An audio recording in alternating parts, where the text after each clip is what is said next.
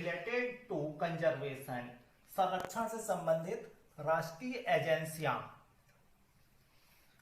अंतर्राष्ट्रीय संस्थाओं के साथ साथ भारत में अनेक गैर सरकारी नॉन गवर्नमेंट ऑर्गेनाइजेशन एवं गवर्नमेंट ऑर्गेनाइजेशन भी वाइल्ड लाइफ कंजर्वेशन के क्रियाकलाप से जुड़े हुए हैं तथा संरक्षण में महती भूमिका निभा रहे हैं। बहुत सारे ऐसी एजेंसीज हैं जो संरक्षण के लिए गठित की गई हैं, जिनका संरक्षण में योगदान है, और उसमें से एक है भारतीय वन्य जीव परीक्षण society, wild life preservation society of India. ये नॉन गवर्नमेंट ऑर्गेनाइजेशन है जिसकी स्थापना 1958 में देहरादून में की गई। यह संस्था कंजर्वेशन से संबंधित एजुकेशनल एवं रिसर्च से जुड़े क्रियाकलापों में अपनी भागीदारी निभाती है। इसी प्रकार की दूसरी संस्था है Bombay natural history society, BNHS। इसकी स्थापना 1883 में हुई। यह भी एक नॉन गवर्नमेंट ऑर्गेनाइजेशन है। यह भारत, श्रीलंका, म्यांमार के बॉटनी तथा एनिमल्स के संग्रहण एवं अन्वेषण तथा एजुकेशनल मैसेजेस सूचनाओं से संबंधित क्रियाकलापों का निष्पादन करती है। तीसरी संस्था है भारतीय वन्य जीवन परिषद, Indian board of wild life, IBWL। सन 1972 में इसे 1952 में स्थापित केंद्रीय वन्य जीवन परिषद को परिवर्तित करके बनाया गया था।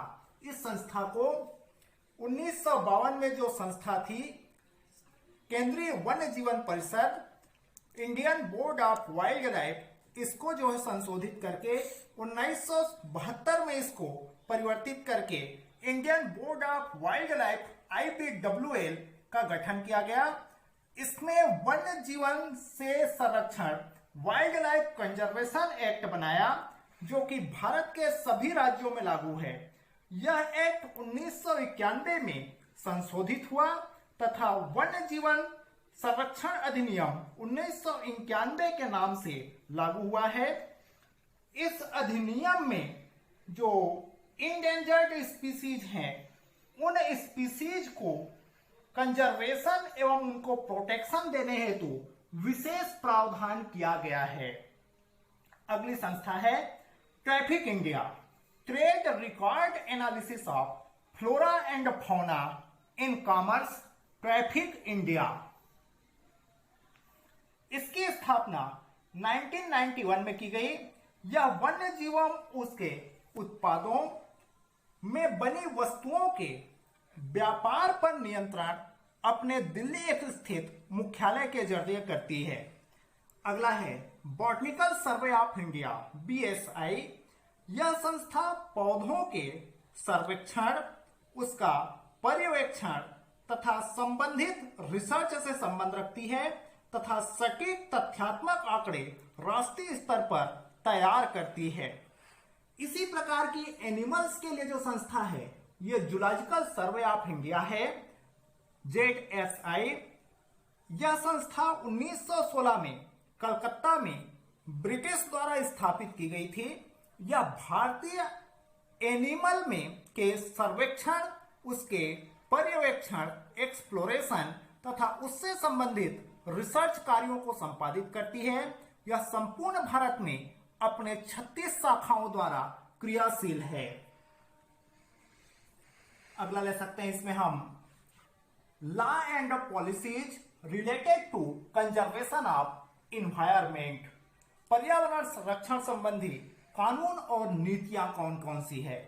तो पर्यावरण संरक्षण पर्यावरण को संरक्षित करने के लिए समय समय पर बहुत से कानून बनाए गए हैं जो अपना काम करती है। सभी को उस कानून के दायरे में रख के काम करना होता है। तो इस प्रकार के संरक्षण के लिए कानून बनाने की शुरुआत 1879 ईस्वी में हाथियों के कंजर्वेशन के लिए बनाए गए कानून से हुई है। सबसे पहले शुरुआत की गई है 1879 में जो एलिफेंट्स हैं उनको प्रोटेक्शन देने के लिए। उसके बाद 1927 में भारत सरकार ने वन्य संरक्षण अधिनियम को लागू किया, जिसके द्वारा शिकार पर नियंत्रण की व्यवस्था की गई। इसके बाद में 1952 में भारत सरकार ने वन्य जीव कोष वाइल्ड लाइफ फंड की स्थापना की। यह संस्था राष्ट्रीय स्तर पर प्रतिवर्ष फरवरी तथा जुलाई के प्रथम सप्ताह में वन्य जीव सप्ताह वाइल्ड लाइफ वीक मनाती है। फिर 1972 में नए वन्य जीवन संरक्षण अधिनियम को लागू किया गया। वाइल्ड लाइफ कंजर्वेशन एक्ट 1972 में लागू किया गया। इस अधिनियम के अनुसार जिन जंतु जातियों के विलुप्त होने की संभावना है, एनिमल स्पीसीज के इंडेंजर्ड होने की संभावना है, एक्सटिंक्ट होने की संभावना है, उनको संरक्षित घोषित किया गया है।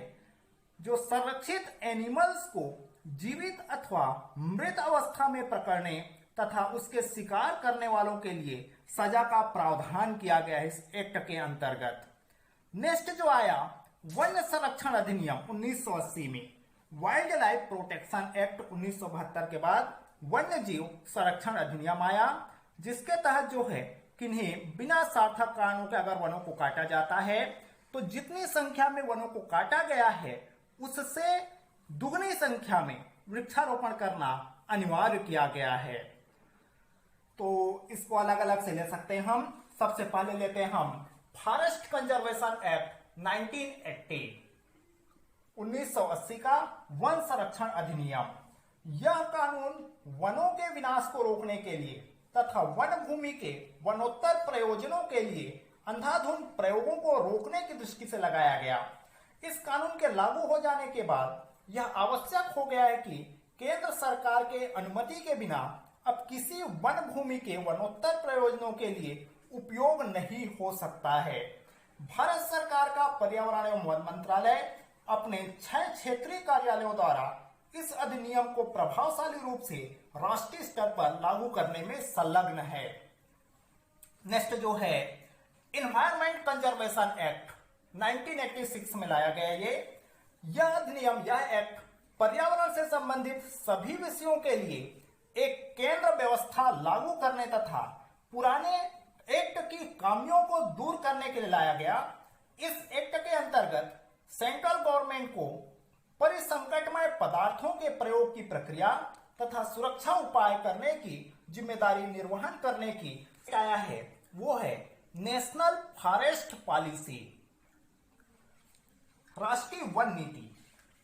यह राष्ट्रीय वन नीति एवं वनों के संरक्षण एवं वनाच्छादन के विस्तार तथा लोगों की आवश्यकताओं को पूरा करने के लिए अपेक्षित उद्देश्यों को प्राप्त करने के लिए वनों के मैनेजमेंट में लोगों की भागीदारी सुनिश्चित करने के लिए एवं वन बंटवारे के आधार पर अवक्रमित वनों की सुरक्षा एवं पुनरुद्धार के कार्य में ग्रामीण समुदायों की सहायता एवं सहयोग लेने के लिए इस नीति की घोषणा की गई है, राष्ट्रीय वन नीति की।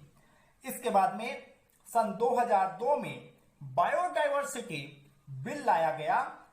2002 में बायोडायवर्सिटी बिल लाया गया है, जिसके तहत जो है कोई भी ऑर्गेनाइजेशन बिना पूर्व शासकीय अनुमति के भारतीय बायोडायवर्सिटी का दोहन नहीं कर सकता। साथ ही साथ उससे उसके होने वाले फायदे में बिना भारतीय हिस्सेदारी के वह उपयोग नहीं कर सकता है इस बिल के तहत। तो इस प्रकार से बहुत सारे एक्ट लाए गए हैं पर्यावरण को संरक्षित करने के लिए, और जो हमारी स्पीसीज इंडेंजर्ड हो रही है, विलुप्त होने के कगार पर है, उन स्पीसीज को प्रोटेक्शन करने के लिए। इसके अलावा जो है नेशनल पार्क और सेंचुरीज की स्थापना की गई है, जिसके तहत जो है क्या बोलते हैं वहां की बायोडायवर्सिटी को कंजर्व किया जा सके। इसके अलावा नेशनल लेवल पर और दूसरे प्रकार की भी एक्टिविटी की गई है ताकि हमारा जो बायोडायवर्सिटी है उसको कंजर्व किया जा सके और उसमें जो एनिमल सर्वाइव करते हैं उसको बचाया जा सके। जिसमें से एक है प्रोजेक्ट टाइगर लाया गया है। प्रोजेक्ट टाइगर बाघ परियोजना बाघों के कंजर्वेशन के लिए प्रोजेक्ट टाइगर को लाया गया। 1 अप्रैल 1973 को ये प्रोजेक्ट टाइगर प्रारंभ किया गया है। 2000 ईस्वी तक भारत के 14 राज्यों में 27 प्रोजेक्ट टाइगर के अंतर्गत नेशनल पार्क में टाइगर संरक्षण केंद्र स्थापित किए जा चुके हैं। इसके अलावा जो है एलिफेंट टास्क फोर्स का भी गठन किया गया है। ETF एलिफेंट टास्क फोर्स का गठन किया गया है एलिफेंट प्रोजेक्ट के अंतर्गत हाथियों के संरक्षण करने के लिए। इसके अलावा प्रोजेक्ट जो है हांगुल को लाया गया। प्रोजेक्ट हांगुल में पास कर दो उसको। प्रोजेक्ट हांगुल ये कश्मीरी हिरन हांगुल जो कश्मीर के दाचीगाम नेशनल पार्क में पाई जाती है को प्रोटेक्शन देने के लिए यह प्रोजेक्ट लाया गया है, प्रोजेक्ट हांगुल। इसके अलावा है crocodile conservation project. Crocodile conservation project को प्रोटेक्शन प्रदान करने के लिए, और ये 1975 में प्रारंभ किया गया और देश भर में अभी जो 11 जो है सेंचुरीज है उसमें क्रोकोडाइल रिप्रोडक्टिव प्रोजेक्ट फंक्शनल है, क्रियाशील है देश भर के 11 अभ्यारण्यों में। इसके अलावा जो है रेनोसारस प्रोजेक्ट को लाया गया है। रेनोसारस जो है 1987 में असम में राइनोसारस के संरक्षण के लिए इस प्रोजेक्ट को लाया गया है। इसके अलावा हमको देखने को मिलता है एक Ramsar site. Ramsar site actual में वेटलैंड की बायोडायवर्सिटी को कंजर्व करने के लिए एक जो है साइट कहा जाता है। ईरान के रामसर शहर में पहली बार वेटलैंड पर हुए इंटरनेशनल कॉन्फ्रेंस के बाद दुनिया के अनेक वेटलैंड को रामसर का नाम दिया गया है। इसके अलावा हमको देखने को मिलता है प्रोजेक्ट लियोपार्ड। प्रोजेक्ट लियोपार्ड यह परियोजना हिमालय के वनांचल में क्रियाशील है, लियोपार्ड प्रोजेक्ट। इसके अलावा जो है प्रोजेक्ट नीलगिरी। प्रोजेक्ट नीलगिरी जो है ये तमिलनाडु में संचालित है, तमिलनाडु के थार में।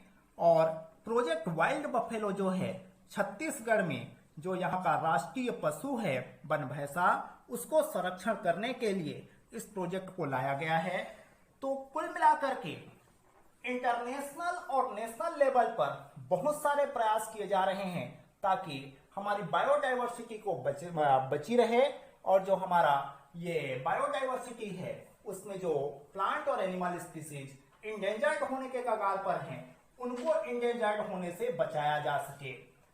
तो ये कह सकते हैं कि एक्चुअल में बायोडायवर्सिटी हमारे लिए बहुत महत्वपूर्ण है। हम कंक्लूड कर सकते हैं बायोडायवर्सिटी के बगैर जीवन का सर्वाइवल सही रूप से होना संभव नहीं है।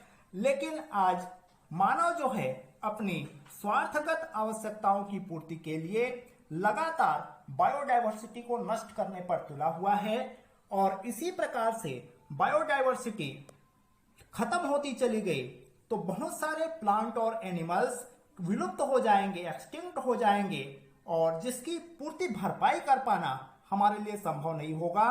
तो इसलिए मेरा आप सबसे अनुरोध है कि बायोडायवर्सिटी को कंजर्व करने के लिए आप प्रयास कीजिए, और जो नेशनल और इंटरनेशनल लेवल पर एजेंसीज बनाई गई हैं या जो रूल्स रेगुलेशन बनाए गए हैं बायोडायवर्सिटी को कंजर्वेशन करने के लिए, उसके तहत जो है बायोडायवर्सिटी का सदुपयोग कीजिए, उसका सस्टेनेबल यूटिलाइजेशन कीजिए, ताकि हमारे जो रिसोर्सेस हैं आने वाले समय में भी उसी रूप में बने रहें और हम इंडेंजर्ड होने वाले प्लांट और एनिमल स्पीसीज को बचा सके, उनको प्रोटेक्शन दे सके। Thank you.